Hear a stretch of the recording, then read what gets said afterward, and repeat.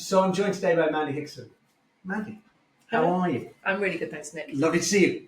I would say 5 years on, but we have spoken a lot in between those.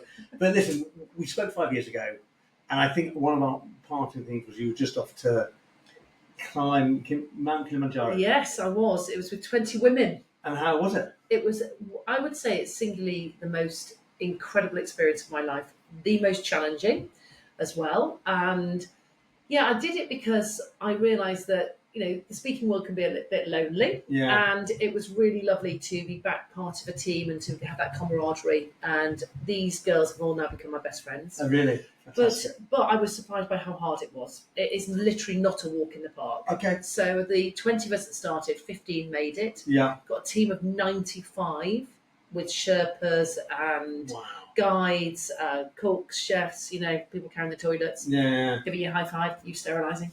But basically, I got really, really ill on the night before we were due to summit. Yeah. When I say really ill, I am talking... It was not in a good way. Okay. And I was told that you probably won't make it, Mandy. Yeah. And I was like, okay, that is not in my agenda. I'd focused on reaching the rooftop of Africa at sunrise and seeing this beautiful sunrise going up. And I thought, no. So I did everything I could do that was in my power. A lot of water, a lot of Imodium. Yes. If you know, you know. I'm going to go no more in that detail. Basically, they decided that I was going to be okay to do it. So I started off and I decorated the mountain quite a lot on the way up. Sorry, is that too much information? No, too much information, a lot of information. The Sherpas loved it. It was pitch black, but we woke up to a blowing a snowstorm, blizzard, minus 15. And basically, this one guy said, this is the worst weather conditions I've seen in my 300 summit attempts. And after we started on the mountain, they shut it behind us because it's too dangerous. Wow. Anyway, I made it, but not in 6 hours, in 9.5 hours to the summit. It was brutal. When we got there, we could see nothing. It was complete and utter whiteout. And there's this photo of me at the top, and I'm holding this flag, and I always say to people, pictures don't always tell the truth, because I look happy, and actually that was not the case. What happened was I held this flag up, burst into tears, started crying, and went going on this flipping mountain. And then I cried the whole way down. Really? Yeah, it was really hard. I lost 1.5 stone in 5 days. Wow. So, yeah, it was just phenomenal as an experience. However, ... it's called grade 3 fun. And they always say, when do we learn the most about ourselves? Yeah. And it's in those periods when we are pushing ourselves so outside of our comfort zone. But when you look back at it, you say that was the most phenomenal experience. Yeah. And I look back now and I say, honestly, I would do it again. In fact, I was literally discussing the fact I might do it again. Oh, really? This time with my husband and my stepdaughter. Did you go in with the blase attitude of who you were because of what you've done? No, not at all. I mean, I did loads of training. Right. I mean, I was walking sort of 20 miles, a day, sort of every weekend for months before I went. So I'd done the training. Yeah. I gave it the due, diligence before doing this. So I definitely didn't go in and think it was going to be easy. But I don't think I'd appreciated how hard it would be with regards to the weather. So it was pouring with rain for a lot of it. So we were soaked through to our skin, and you're sleeping in tents. So you're sometimes getting into your tent and your kit's wet. It's like, how do you ever dry anything? You're really selling it to me. I'm really selling it. So that's why I desperately want to do it again. Why would you not want to relive that beautiful experience? Would you not want to do something different, or what? So I did. Then last year I did Everest Base Camp. Okay. With 6 men from Wigan. Completely different experience. Completely different. As they said, it was a cultural experience, but not of the Nepalese variety. And that was a quote from them directly. So I have nothing against men from Wigan. They were absolutely brilliant. But it was such a different experience. And that time I did it with my husband as well. And it was an organised group. So we didn't know any of the people that we were doing it with, apart from my husband. And I loved it. But I didn't find it as challenging, apart from it was minus 22. So, everything was freezing.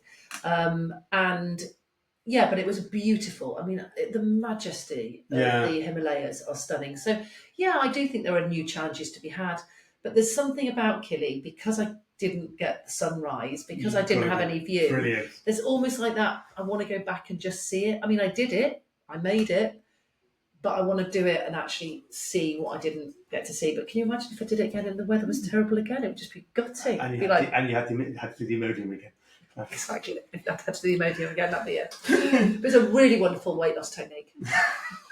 This is not for super friends. Sorry, yes. Just not, I wouldn't recommend it.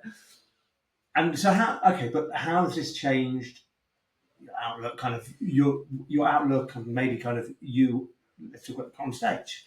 Yeah, so I think as well, so I mean, I've been on the speaking circuit for about 12 years, and actually Speaker's Corner was one of the first bureaus I worked with.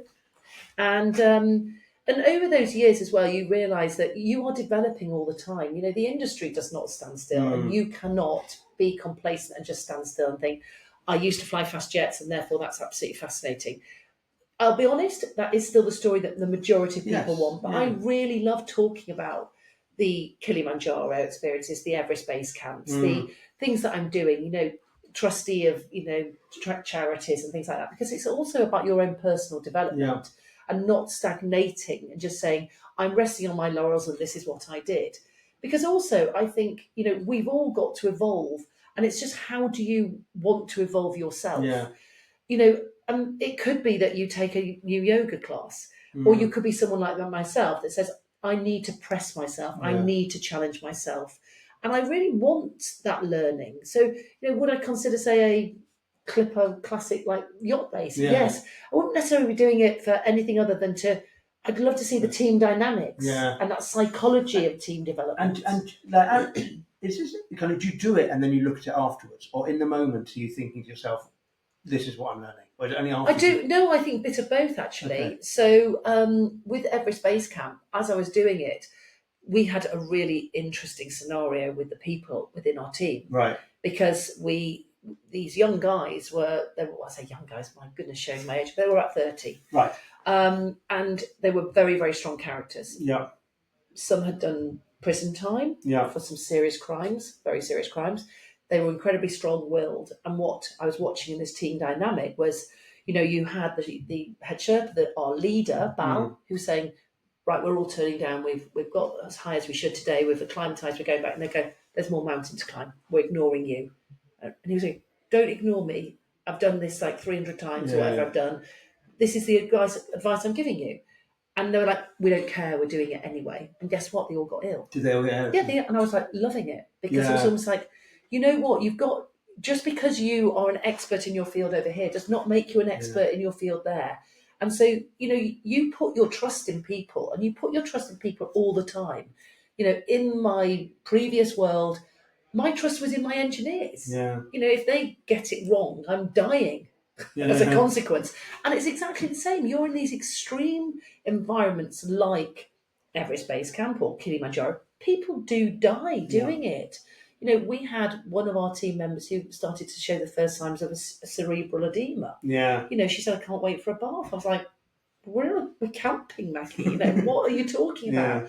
And she was so poorly. She was rushed down the mountain. And if she'd stayed any longer, could have had catastrophic impact. And do you find yourself jumping in to try and help, or are you kind of are you like so that was another really good learning point from Kilimanjaro. I am a natural leader. I know that about myself, but my position out there was not to be a leader. I was a team player. So I had to keep on catching myself when I could see things happening that I did not want to be a threat in any way to our leader, who was the expert. And there was a deputy who was my friend as well. The deputy kept on asking me advice, and we were chatting, and I was like, well, maybe I wouldn't do it like that. Maybe I'd do it like this. But it was definitely about remembering fellowship is just as important sometimes as being the leader. And it is also a skill set that we all need. You've got to wind your neck in at times. And was it something you realised when you were there, or was it like you were conscious all the way through? I was really conscious of it all the way through. Okay. And that is just something that, you know, if you would say what is a weakness, and it's not a weakness because I would see it as a strength in some ways, but it's about not overly dominating an environment when you're not there in that role. And so I was really aware that I had to watch that with myself.